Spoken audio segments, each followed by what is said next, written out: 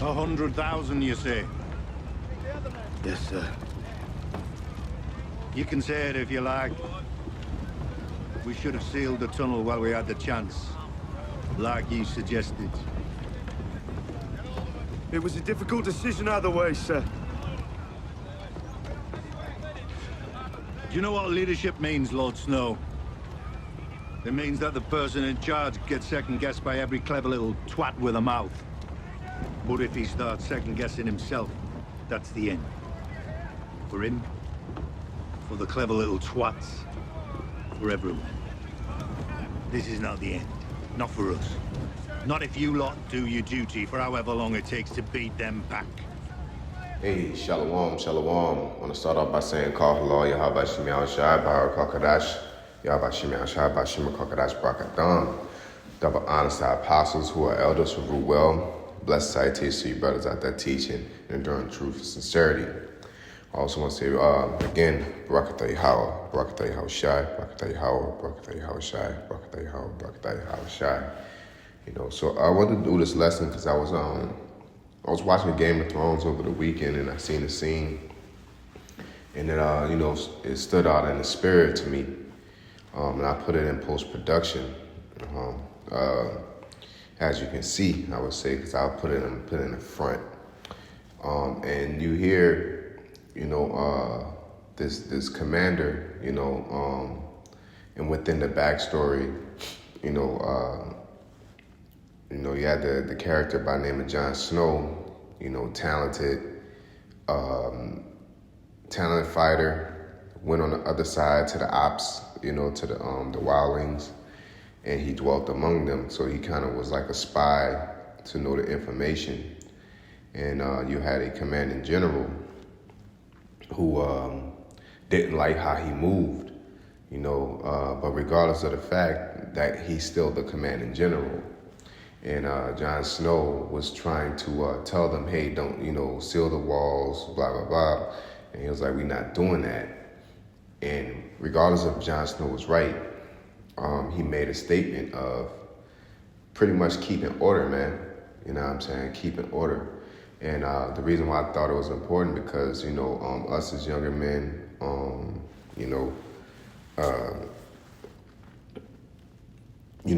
pretty much, like it says, speak young man if there be need of thee, that and yet when thou art twice asked, you know, and also the scriptures tell you to hinder not music, okay?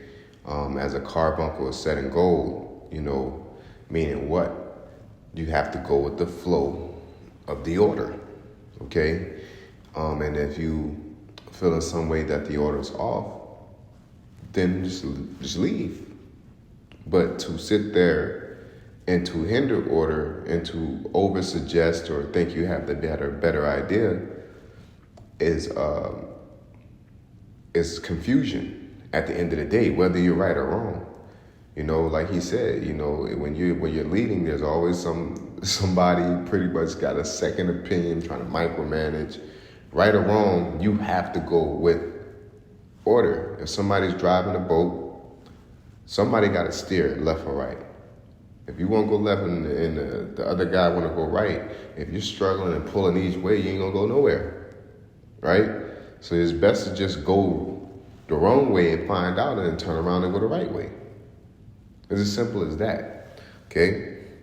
And this is very difficult for, you know, younger brothers to see because, you know, you're always going to see and have the better idea because you're standing off and looking afar off and looking from the outside, okay? And to be frank, a lot of, you know, people that are in that position haven't put the thought process in it to understand what it takes.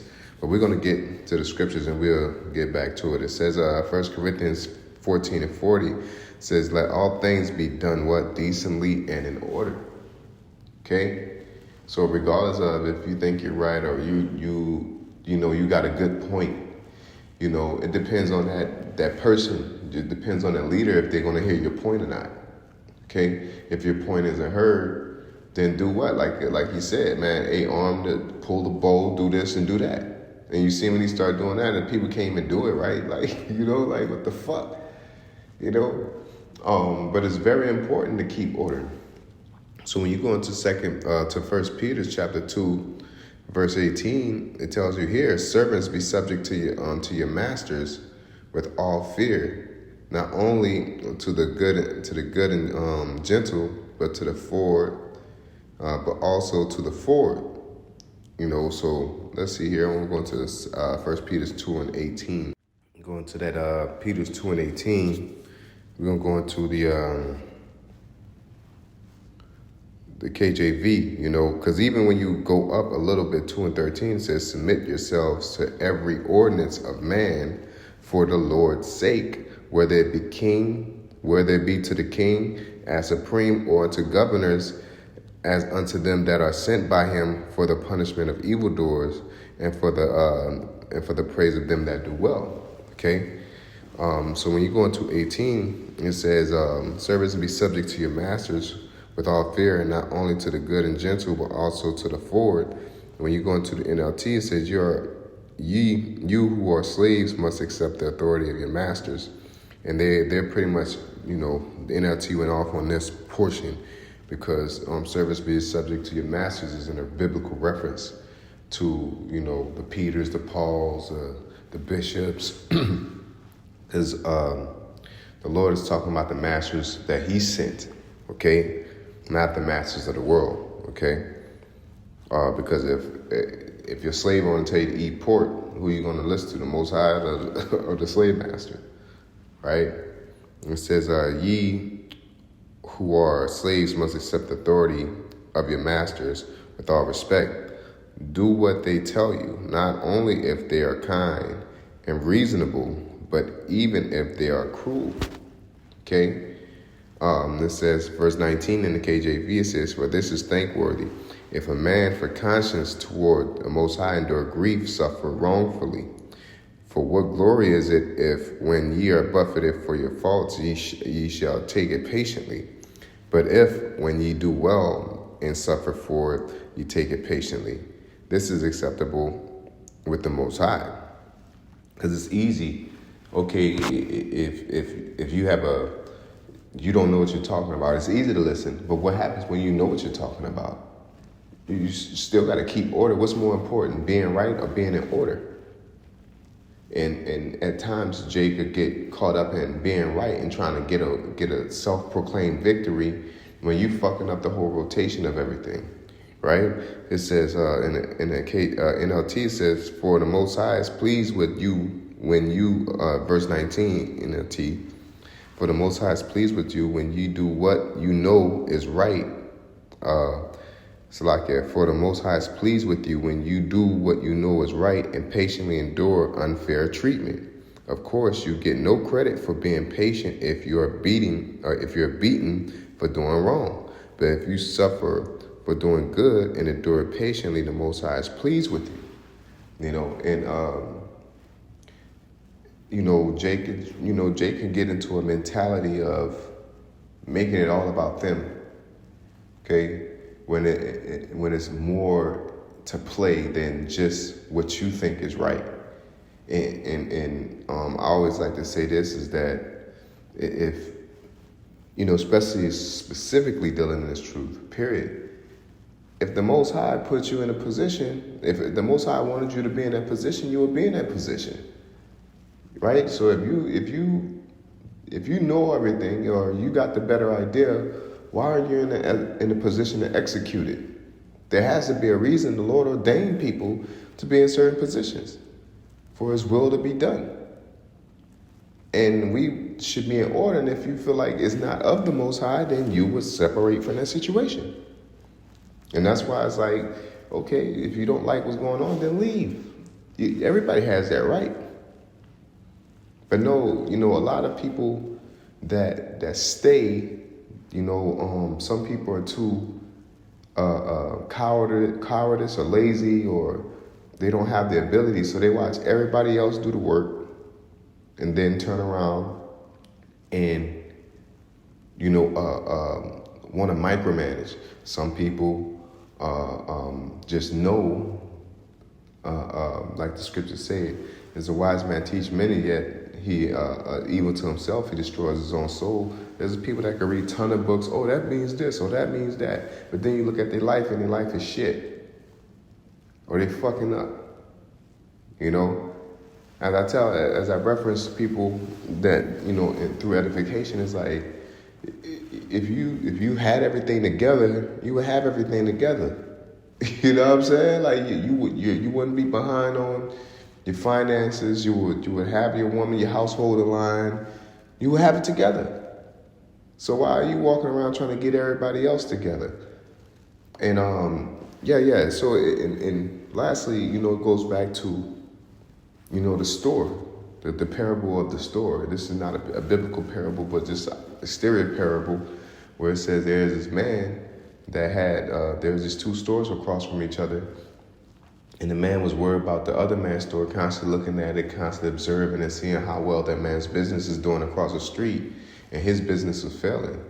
You know what I'm saying? And then he walked over to the man and said, "Hey man, well, teach me the secret." And the man that had that flourishing store said, "Well, I'm worried about one store and you're worried about two." Like, worried about what you can do. What did the Lord put you in a lot to do? Can you execute your lot? Okay, can we do what we were sent to do?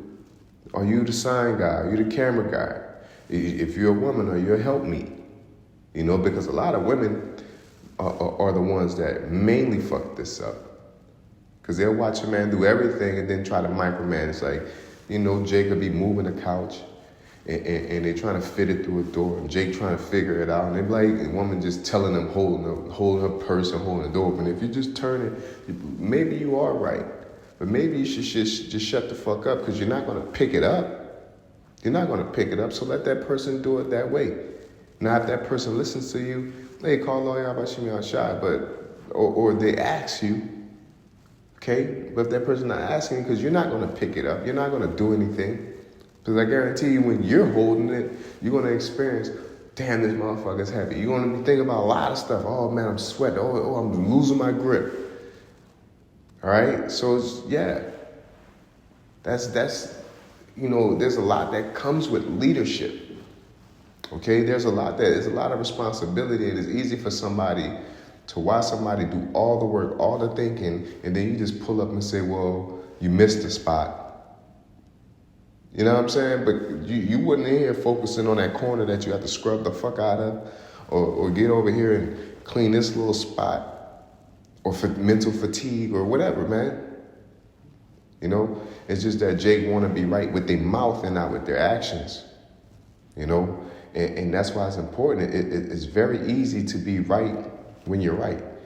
But when it comes down time to humble yourself, meaning that person's maybe wrong, but you're like, I gotta keep order, man. It's very important for me to keep order. As the scriptures say, obedience is better than sacrifice, or obeying is better than sacrifice. Okay?